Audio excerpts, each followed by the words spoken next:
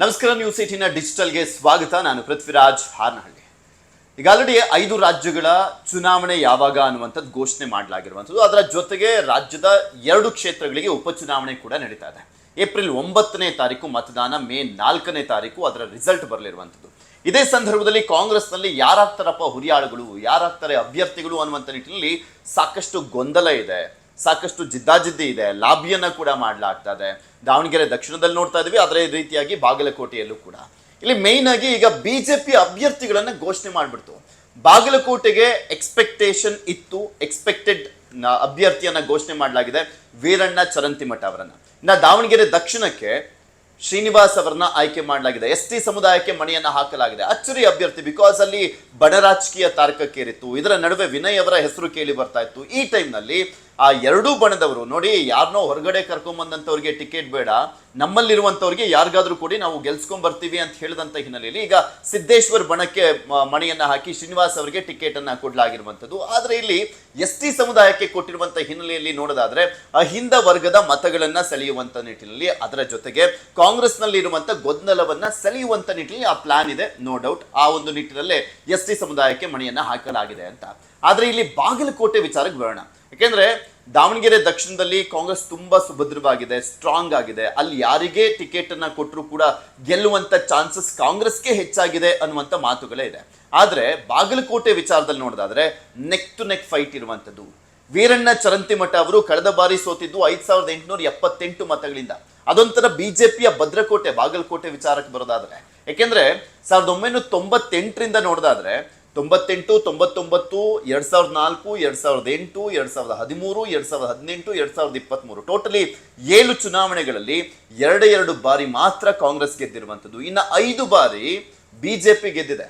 ಅದ್ರಲ್ಲಿ 3 ಬಾರಿ ವೀರಣ್ಣ ಚರಂತಿಮಠ ಅವರು, ಇನ್ನು 2 ಬಾರಿ HY ಮೇಟಿ ಅವರು. 2004ರಿಂದ HY ಮೇಟಿ ವರ್ಸಸ್ ವೀರಣ್ಣ ಚರಂತಿಮಠ ನಡುವೆನೆ ಅಲ್ಲಿ ಪೈಪೋಟಿ ನಡೀತಾ ಇರುವಂಥದ್ದು.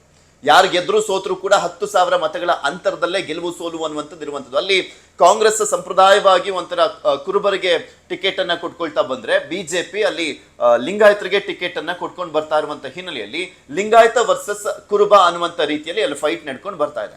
ಇನ್ನ ಕಳೆದ ಬಾರಿ ಕಾಂಗ್ರೆಸ್ ಗೆಲ್ಲಕ್ಕೆ ಮೇನ್ ಆಗಿ ರೀಸನ್ಸ್ ಎಲ್ರಿಗೂ ಗೊತ್ತಿರುವಂತ ವಿಚಾರ. ನಂಬರ್ 1 ಅದು ಗ್ಯಾರಂಟಿಗಳ ವಿಚಾರ, ಅದರ ಜೊತೆಗೆ ನಾಯಕತ್ವನೂ ತುಂಬಾ ಚೆನ್ನಾಗಿತ್ತು. ನಂಬರ್ 2, ಇನ್ನು ನಂಬರ್ 3 ಮೇನ್ ಆಗಿ ನೋಡೋದಾದ್ರೆ ಒಳ ಮೀಸಲಾತಿ ಅನ್ನುವಂಥ ವಿಚಾರ ಬಿಜೆಪಿಗೆ ದೊಡ್ಡ ಮಟ್ಟದಲ್ಲಿ ಹೊಡೆತ ಕೊಟ್ಟಿತ್ತು. ಅದರ ಜೊತೆಗೆ ಬಿಜೆಪಿಯಲ್ಲಿ ಇದ್ದಂಥ ಕಿತ್ತಾಟ ಮತ್ತೆ ಸಮರ್ಥವಾಗಿ ಇಲ್ಲದಂತ ಒಂದು ನಾಯಕತ್ವ ಕೊರತೆ, ಇದೆಲ್ಲವೂ ಕೂಡ ವೀರಣ್ಣ ಚರಂತಿಮಠ ಅವರ ಸೋಲಿಗೆ ಕಾರಣ ಆಗಿತ್ತು. ಇವತ್ತು ವೀರಣ್ಣ ಚರಂತಿಮಠ ಅವರು 2023 ಎಲೆಕ್ಷನ್ ಅಲ್ಲಿ ಯಾವ ಒಂದು ಪರಿಸ್ಥಿತಿಯನ್ನ ಫೇಸ್ ಮಾಡಿದ್ರು ಅದೇ ಪರಿಸ್ಥಿತಿಯನ್ನ ಕಾಂಗ್ರೆಸ್ನವರು ಫೇಸ್ ಮಾಡ್ತಾ ಇದ್ದಾರೆ. ಯಾಕೆಂದ್ರೆ ವೀರಣ್ಣ ಚರಂತಿಮಠ ಅವರು ಸೋತ ಬಳಿಕ ಸಾಕಷ್ಟು ಬಾರಿ ಒಂದು ಸೋಲಿಗೆ ಏನ್ ಕಾರಣ ಅನ್ನುವಂಥದ್ರ ಬಗ್ಗೆ ಅವಲೋಕಿಸಿ ಪರಾಮರ್ಶೆ ಮಾಡಿ ಏನೇನ್ ಕಾರಣ ಇರ್ಬೋದು ಅಂತ ಪಟ್ಟಿ ಮಾಡಿದಂತ ಸಂದರ್ಭದಲ್ಲಿ ಮೇನ್ ಆಗಿ ಅವರಿಗೆ ಸಿಗ್ತಾ ಇರುವಂತ ನಂಬರ್ 1 ರೀಸನ್ ಏನಪ್ಪಾ ಅಂದ್ರೆ ಒಳ ಮೀಸಲಾತಿ ವಿಚಾರ ಪೆಟ್ಟನ್ನ ಕೊಡ್ತು. ಅದಾದ್ಮೇಲೆ ಗ್ಯಾರಂಟಿ ಹೇಳ್ತಾರೆ, ಮೊದಲು ಹೇಳುವಂಥದ್ದೇ ಒಳ ಮೀಸಲಾತಿ ವಿಚಾರ ಪೆಟ್ಟನ್ನ ಕೊಡ್ತು ಅಂತ. ಸೊ ಆ ಒಳ ಮೀಸಲಾತಿ ವಿಚಾರನೆ ಈಗಲೂ ಕೂಡ ಕಾಂಗ್ರೆಸ್ಗೆ ನೆಗೆಟಿವ್ ಆಗ್ತಾ ಇರುವಂಥದ್ದು. ಈ ಹಿಂದೆ ಬಿಜೆಪಿಗೆ ಯಾವ ರೀತಿಯಾದಂಥ ಪರಿಸ್ಥಿತಿ ಇತ್ತು ಅದೇ ಕಾಂಗ್ರೆಸ್ಗೆ ಇರುವಂಥದ್ದು ಅಂತ ಅದಕ್ಕೆ ನಾನು ಹೇಳಿದ್ದು.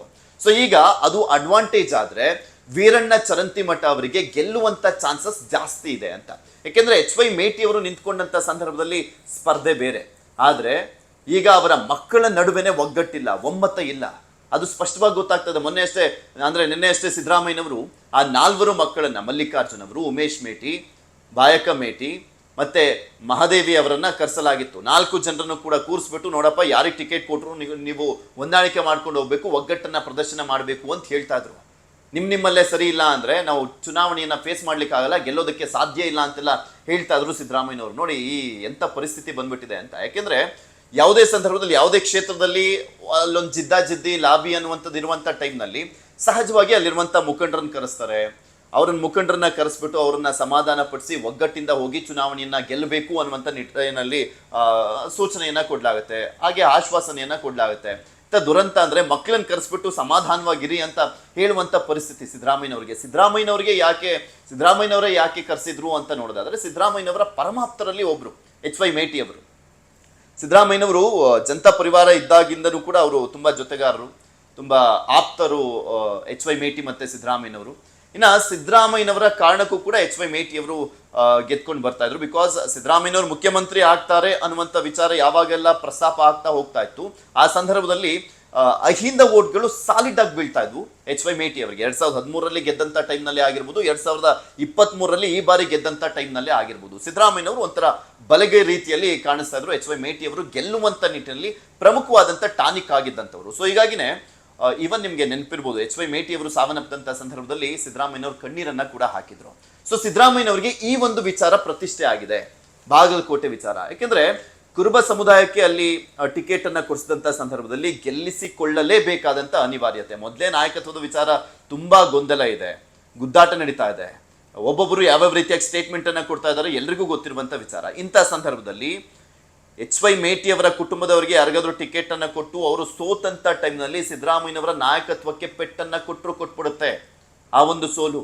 ಯಾಕೆಂದ್ರೆ ಇಲ್ಲಿ ಗೆದ್ದೇ ಬಿಡ್ತಾರೆ ಕಾಂಗ್ರೆಸ್ನವರು ಅಂತ ಹೇಳುವಂತ ಪರಿಸ್ಥಿತಿ ಕೂಡ ಇಲ್ಲ. ವೀರಣ್ಣ ಚರಂತಿಮಠ ಅವರಿಗೆ ಅಲ್ಲೊಂದು ಲೆವೆಲ್ಗೆ ಚೆನ್ನಾಗಿದೆ, ಬೇಸ್ ಚೆನ್ನಾಗಿದೆ. ಯಾಕೆಂದ್ರೆ ಅದ್ರ ಜೊತೆಗೆ ಪ್ಲಸ್ಗಳು ಏನಪ್ಪಾ ಅಂದ್ರೆ ವೀರಣ್ಣ ಚರಂತಿಮಠ ಅವರಿಗೆ ಒಂದು ಕ್ಲೀನ್ ಹ್ಯಾಂಡ್ ಅನ್ನುವಂಥದ್ದು. ಅದರ ಜೊತೆಗೆ ಶಿವಾಜಿ ಗಲಾಟೆ ಆಯ್ತಲ್ಲ, ಶಿವಾಜಿ ಮೆರವಣಿಗೆಯ ಸಂದರ್ಭದಲ್ಲಿ ಆದಂತ ಗಲಾಟೆ, ಅದು ಕೂಡ ಒಂದು ಪ್ಲಸ್ ಪಾಯಿಂಟ್. ಅದರ ಜೊತೆಗೆ ಒಳ ಮೀಸಲಾತಿ ವಿಚಾರ ವೀರಣ್ಣ ಚರಂತಿಮಠ ಅವರಿಗೆ ನಾನು ಆರಂಭದಲ್ಲಿ ಹೇಳಿದ್ನಲ್ಲ, ಯಾವ ರೀತಿಯಾಗಿ ಕಳೆದ ಬಾರಿ ಬಿಜೆಪಿಗೆ ನೆಗೆಟಿವ್ ಆಗಿತ್ತು ಅದೇ ಈಗ ಕಾಂಗ್ರೆಸ್ಗೆ ನೆಗೆಟಿವ್ ಆಗ್ತಾ ಇದೆ, ಅದನ್ನು ಕೂಡ ಅಡ್ವಾಂಟೇಜ್ ಆಗಿ ತೆಗೆದುಕೊಳ್ತಾ ಇರುವಂಥದ್ದು. ಇದರ ಜೊತೆಗೆ ಮೇನ್ ಆಗಿ ಯಾವುದೇ ಸರ್ಕಾರ ಇರಲಿ, ಉಪಚುನಾವಣೆಯನ್ನ ಫೇಸ್ ಮಾಡುವಂತ ಸಂದರ್ಭದಲ್ಲಿ ಆ ಸರ್ಕಾರಕ್ಕೆ ಅಡ್ವಾಂಟೇಜೇ ಇರುತ್ತೆ. ಹಣ ಬಲ, ಅಧಿಕಾರ ಬಲ, ತೋಳ್ ಬಲ, ಮತ್ತೆ ಮಂತ್ರಿಗಳ ಬಲ, ಅಲ್ಲಿ ಒಂದು ಸಾಕಷ್ಟು ಅನುದಾನವನ್ನ ಕೊಡುವಂಥದ್ದು, ಇದೆಲ್ಲವೂ ಕೂಡ ಅಡ್ವಾಂಟೇಜ್ ಆಗಿರುತ್ತೆ. ಸೊ ಹೀಗಾಗಿ ಬಾಗಲಕೋಟೆ ಸ್ಪೆಷಲಿ ಸಿದ್ದರಾಮಯ್ಯನವರಿಗೆ ತುಂಬಾ ದೊಡ್ಡ ಟಾಸ್ಕ್ ಅಂತ ಹೇಳಿದ್ರೆ ತಪ್ಪಾಗ್ಲಿಕ್ಕಿಲ್ಲ. ಬಾಗಲಕೋಟೆಯನ್ನ ಗೆಲ್ಲಲೇಬೇಕಾದಂತ ಅನಿವಾರ್ಯತೆ ಸಿದ್ದರಾಮಯ್ಯನವರಿಗಿದೆ. ಸೊ ಹೀಗಾಗಿ ಉಮೇಶಿಗೆ ಕೊಡ್ತಾರೋ ಮಲ್ಲಿಕಾರ್ಜುನಿಗೆ ಕೊಡ್ತಾರೋ ಗೊತ್ತಿಲ್ಲ, ಆದ್ರೆ ಯಾರಿಗೆ ಕೊಟ್ಟರು ಕೂಡ ಗೆಲ್ಲಿಸ್ಕೊಂಡು ಬರಬೇಕಾಗಿದೆ. ಒಂದ್ ಕಡೆ ಸತೀಶ್ ಜಾರಕಿಹೊಳಿ ಅವರಿಗೆ ನೇತೃತ್ವವನ್ನ ಕೊಡಲಾಗಿದೆ.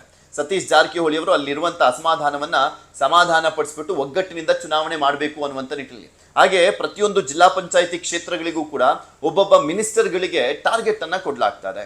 ಈಗ ಲಿಂಗಾಯತರನ್ನ ಸೆಳೆಯುವಂತ ನಿಟ್ಟಿನಲ್ಲಿ MB ಪಾಟೀಲ್, ಶಿವಾನಂದ್ ಪಾಟೀಲ್ ಅವರು, ಈಗ ST ಸಮುದಾಯವನ್ನ ಸೆಳೆಯುವಂತ ನಿಟ್ಟಿನಲ್ಲಿ ಸತೀಶ್ ಜಾರಕಿಹೊಳಿ ಅವರು, ಹಾಗೆ SC ಎಡಗೈಯನ್ನ ಸೆಳೆಯುವಂತ ನಿಟ್ಟಿನಲ್ಲಿ ತಿಮ್ಮಾಪುರ ಅವರಿಗೆ, ಬಲಗೈ ಸಮುದಾಯವನ್ನ ಸೆಳೆಯುವಂತ ನಿಟ್ಟಿನಲ್ಲಿ ಈ ರೀತಿಯ ಮಹಾದೇವಪ್ಪ ಅವರು ಸೇರಿದಂತೆ ಸಾಕಷ್ಟು ಜನ ನಾಯಕರುಗಳಿಗೆ ಟಾರ್ಗೆಟ್ ಅನ್ನ ಕೊಡ್ಲಾಗ್ತದೆ. ಎಲ್ಲೆಲ್ಲಿ ಆಯಾಯ ಸಮುದಾಯದವರು ಇದ್ದಾರೆ ಅಲ್ಲಿ ಟಿಕ್ಕಾಣಿ ಹೂಡಿ ಅಲ್ಲಿ ಗೆದ್ಕೊಂಡು ಬರಲೇಬೇಕು ಅಂತ.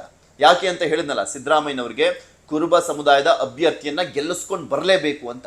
ಸೊ ಈ ಕಾರಣಕ್ಕೋಸ್ಕರನೇ ಒಂದ್ ಕಡೆ ಬಿಜೆಪಿನೂ ಕೂಡ ಸಿದ್ದರಾಮಯ್ಯನವ್ರು ಹೇಗಾದ್ರೂ ಮಾಡಿ ಮುಖಭಂಗವನ್ನ ತರಬೇಕು ಅನ್ನುವಂಥ ನಿಟ್ಟಿನಲ್ಲಿ ಅವರ ಹೋರಾಟ ಕೂಡ ಇದೆ. ಯಾಕೆಂದ್ರೆ ವೀರಣ್ಣ ಚರಂತಿಮಠ ಗೆಲ್ಲುವಂತ ಅಭ್ಯರ್ಥಿ. ದಾವಣಗೆರೆ ದಕ್ಷಿಣದಲ್ಲಿ ಏನಾಗುತ್ತೋ ಗೊತ್ತಿಲ್ಲ, ಅಲ್ಲಿ ಟಿಕೆಟ್ ಒದ್ದಾಟ ಗುದ್ದಾಟ ಎಲ್ಲವೂ ಕೂಡ ನಡೀತಾ ಇದೆ. ಆದ್ರೆ ಬಾಗಲಕೋಟೆಯಲ್ಲಿ ಕಾಂಗ್ರೆಸ್ನವರೇ ಗೆಲ್ತಾರೆ ಅಂತ ಹೇಳುವಂತ ಪರಿಸ್ಥಿತಿ ಇಲ್ಲ. ಅಲ್ಲಿ ಅನುಕಂಪದ ಅಲೆನೂ ಕೂಡ ಅಷ್ಟಾಗಿ ವರ್ಕೌಟ್ ಆಗುವಂತ ಸಾಧ್ಯತೆ ತುಂಬಾ ಕಡಿಮೆ ಇದೆ ಅಂತ ಹೇಳಲಾಗ್ತದೆ. ನಾನು ವೀರಣ್ಣ ಚರಂತಿಮಠ ಅವರನ್ನ ಅವಾಗಲೇ ಮಾತನಾಡಿಸ್ತಾ ಇದ್ದೆ, ಲೈವ್ ಅಲ್ಲಿ ಕೂತ್ಕೊಂಡಂತ ಸಂದರ್ಭದಲ್ಲಿ ಹೇಳ್ತಾ ಇದ್ರು, ಇಲ್ಲ ಕಳೆದ ಬಾರಿ ಗ್ಯಾರಂಟಿ ವಿಚಾರ, ಒಳ ಮೀಸಲಾತಿ ವಿಚಾರ, ನಾಯಕತ್ವದ ವಿಚಾರ, ಈ ಎಲ್ಲ ಗೊಂದಲಗಳಿತ್ತು. ಸೊ ಹೀಗಾಗಿ ನನಗೆ ಹೊಡ್ತಾ ಬಿಟ್ಟು ಅಕಸ್ಮಾತ್ ಒಳ ಮೀಸಲಾತಿ ಕೊನೆ ಕ್ಷಣದಲ್ಲಿ ಎಲೆಕ್ಷನ್ ಟೈಮ್ನಲ್ಲಿ ಘೋಷಣೆ ಮಾಡದೇ ಇದ್ದಿದ್ರೆ ಬಂಜಾರ ಸಮುದಾಯ ನನ್ನ ವಿರುದ್ಧ ಅಸಮಾಧಾನಗೊಳ್ತಾ ಇರಲಿಲ್ಲ, ಬಿಜೆಪಿ ವಿರುದ್ಧ ಅಸಮಾಧಾನಗೊಳ್ತಾ ಇರಲಿಲ್ಲ, ಈಸಿಯಾಗಿ ಗೆದ್ಬಿಡ್ತಿದ್ದೆ ಅಂತ. ಕಳೆದ ಬಾರಿ ಅವರು 2023ರ ಚುನಾವಣೆಯ ಸಂದರ್ಭದಲ್ಲಿ ಫೇಸ್ ಮಾಡಬೇಕಾದ್ರೆ ಇವನ್ ಅವರ ಕುಟುಂಬದಲ್ಲೂ ಕೂಡ ಸ್ವಲ್ಪ ಕಲಹ ಇತ್ತು, ಅದು ಕೂಡ ಅವರಿಗೆ ನೆಗೆಟಿವ್ ಆಗಿದ್ದಂಥದ್ದು. ಬಟ್ ಈಗ ಅದೆಲ್ಲವೂ ಕೂಡ ಕ್ಲಿಯರ್ ಆಗಿದೆ. ಸೊ ಹೀಗಾಗಿ ವೀರಣ್ಣ ಚರಂತಿಮಠ ಅವರಿಗೆ ಒಂದು ಪ್ಲಸ್ ಪಾಯಿಂಟ್ ಇರುವಂಥದ್ದು. ಸೊ ಹೀಗಾಗಿನೇ ಈಗ ಸಿದ್ದರಾಮಯ್ಯನವರು ಕುರುಬ ಸಮುದಾಯಕ್ಕೆ ಟಿಕೆಟ್ ಅನ್ನ ಕೊಡಿಸಿ, ಮೇಟಿ ಕುಟುಂಬಕ್ಕೆ ಟಿಕೆಟ್ ಅನ್ನ ಕೊಡಿಸಿ ಎಷ್ಟು ಮಟ್ಟಿಗೆ ಗೆಲ್ಲುವಂತ ನಿಟ್ಟಿನಲ್ಲಿ ಅದು ಸ್ಟ್ರಾಟಜಿಯನ್ನ ಮಾಡಿ ಗೆಲ್ತಾರೆ ಅನ್ನುವಂಥದ್ದು ಕಾದ್ ನೋಡ್ಬೇಕು. ಯಾಕೆಂದ್ರೆ ಇಲ್ಲಿ ಹಿನ್ನಡೆ ಆದ್ರೆ ಮೊದಲೇ ಸಾಕಷ್ಟು ವಿಚಾರಗಳನ್ನ ಮುನ್ನೆಲೆಗೆ ತಂದು DK ಶಿವಕುಮಾರ್ ಅವರು ಯಾವ ರೀತಿಯಾಗಿ ಪದೇ ಹಕ್ಕೊತ್ತಾಯ ಮಾಡ್ತಾ ಇದ್ದಾರೆ, ಅವರ ಪರವಾಗಿರುವಂತಹ ಶಾಸಕರುಗಳು ಬೇಡಿಕೆಯನ್ನ ಇಡ್ತಾ ಇದ್ದಾರೆ, DK ಶಿವಕುಮಾರ್ ಮುಖ್ಯಮಂತ್ರಿ ಆಗ್ಲೇಬೇಕು ಅನ್ನುವಂಥ ಒತ್ತಾಯವನ್ನ ಮಾಡ್ತಾ ಇದ್ದಾರೆ, ಎಲ್ರಿಗೂ ಗೊತ್ತಿರುವಂಥದ್ದೇ. ಬಟ್ ಈಗ ಇಲ್ಲಿ ಹಿನ್ನಡೆ ಆಗ್ಬಿಟ್ರೆ DK ಶಿವಕುಮಾರ್ ಅವರಿಗೆ ಪ್ಲಸ್ ಆಗ್ಬಿಡುತ್ತೆ. ಯಾಕಂದ್ರೆ ನಾವು ಉಪಚುನಾವಣೆ ಅಂತ ಬಂದಂತ ಸಂದರ್ಭದಲ್ಲಿ ಸರ್ಕಾರ ಯಾವ ಸರ್ಕಾರ ಇರುತ್ತೆ ಅವ್ರ ಕಡೆಯವರೇ ಗೆದ್ಕೊಂಡ್ ಬರ್ತಾರೆ. Almost 90 to 95%. ನಾವು ನೋಡಿದ್ವಲ್ಲ 2024ರ ಲೋಕಸಭೆ ಚುನಾವಣೆ ಆದ ಬಳಿಕ ಬಸವರಾಜ ಬೊಮ್ಮಾಯಿ ಅವರ ಪುತ್ರ ಭರತ್ ಬೊಮ್ಮಾಯಿ ಓವರ್ ಕಾನ್ಫಿಡೆನ್ಸ್ ಅಲ್ಲಿ ಇದ್ರು, ನಾನೇ ಗೆಲ್ತೀನಿ ಅಂತ. ಇವನ್ ಕುಮಾರಸ್ವಾಮಿ ಅವರ ಪುತ್ರ ನಿಖಿಲ್ ಕುಮಾರಸ್ವಾಮಿ ಅವರು ಕೂಡ ಅಷ್ಟೇ, ಅವರು ಕೂಡ ಸೋತರು, ಭರತ್ ಬೊಮ್ಮಾಯಿ ಸೋತರು. ಸಂಡೂರು ಕ್ಷೇತ್ರದಲ್ಲೂ ಕೂಡ ಬಿಜೆಪಿ ಗೆಲ್ಲಿಲ್ಲ. ಆ 3 ಕ್ಷೇತ್ರಗಳಲ್ಲೂ ಕೂಡ ಕಾಂಗ್ರೆಸ್ ಗೆದ್ದಿದ್ದು.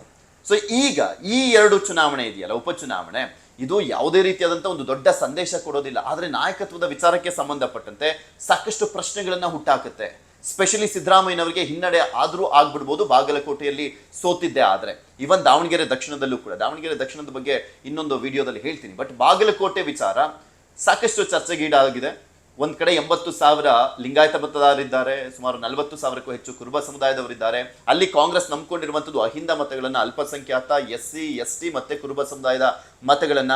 ಆದ್ರೆ SC ST ಸಮುದಾಯದವೇ ಸುಮಾರು 60,000ಕ್ಕೂ ಹೆಚ್ಚಿನ ಮತದಾರರಿರುವಂತ ಈ ಟೈಮ್ನಲ್ಲಿ ಒಳ ಮೀಸಲಾತಿ ವಿಚಾರ ಬೇರೆ ಪೆಟ್ಟನ್ನ ಕೊಡ್ತಾ ಇರುವಂತದ್ದು ಎಷ್ಟು ಮಟ್ಟಿಗೆ ಕಾಂಗ್ರೆಸ್ ಮೇಲೆ ಪರಿಣಾಮ ಬೀರುತ್ತೆ. 27ನೇ ತಾರೀಕು ಬೇರೆ ಸ್ಪೆಷಲ್ ಕ್ಯಾಬಿನೆಟ್ ಕರೆದಿರುವಂತ ಹಿನ್ನೆಲೆಯಲ್ಲಿ ಆ ಸಮಸ್ಯೆಯನ್ನ ಸಾರ್ಟ್ ಔಟ್ ಮಾಡಿಕೊಳ್ಳದೆ ಇದ್ರೆ ಕಾಂಗ್ರೆಸ್ಗೆ ನಿಜಕ್ಕೂ ಒಂದ್ ಕಡೆ ದಾವಣಗೆರೆ ದಕ್ಷಿಣದಲ್ಲಿ ಮತ್ತು ಒಂದ್ ಕಡೆ ಬಾಗಲಕೋಟೆಯಲ್ಲಿ ದೊಡ್ಡ ಪೆಟ್ಟು ಬೀಳುವಂತ ಎಲ್ಲ ಸಾಧ್ಯತೆ ಇದೆ. ಕಾದ್ ನೋಡೋಣ ಏನಾಗುತ್ತೆ ಅಂತ. ಧನ್ಯವಾದ. ನಿರ್ಭೀತ, ನಿಷ್ಪಕ್ಷಪಾತ, ವಿಶ್ವಾಸಾರ್ಹ ಸುದ್ದಿಗಳಿಗೆ ಮತ್ತೊಂದು ಹೆಸರಾಗಿರುವಂತ ನ್ಯೂಸ್ 18 ಕನ್ನಡ ಈಗ ಆಪ್ನಲ್ಲೂ ಲಭ್ಯವಿದೆ. ದಯವಿಟ್ಟು ಇಲ್ಲಿರುವ QR ಕೋಡ್ ಅನ್ನ ಸ್ಕ್ಯಾನ್ ಮಾಡಿಕೊಂಡು ಆಪ್ ಅನ್ನ ಡೌನ್ಲೋಡ್ ಮಾಡೋದಕ್ಕೆ ಮರಿಬೇಡಿ. ನಿಮ್ಮ ಬೆಂಬಲ ಹೀಗೆ ಸದಾ ನಮ್ಮೊಂದಿಗಿರಲಿ. ಧನ್ಯವಾದ.